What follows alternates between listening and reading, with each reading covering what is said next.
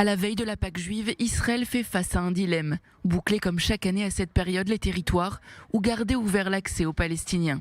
Les craintes des autorités en charge de la sécurité qu'une fermeture enflamme la zone déjà sous forte tension ces dernières semaines. Le bouclage des territoires en vigueur chaque année empêcherait les fidèles musulmans d'aller prier sur l'esplanade des mosquées pendant le mois sacré du Ramadan. Autre retombée économique cette fois, les employés palestiniens en Israël ne pourraient pas accéder à leur lieu de travail.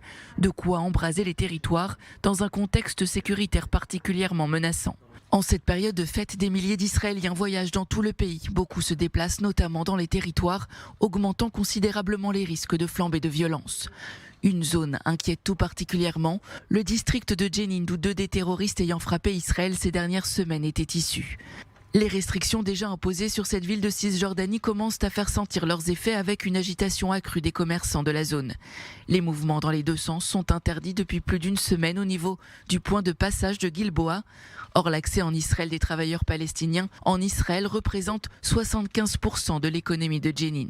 Les menaces d'attentats terroristes se multiplient, notamment en provenance du camp de réfugiés de Balata à proximité de Naplouse.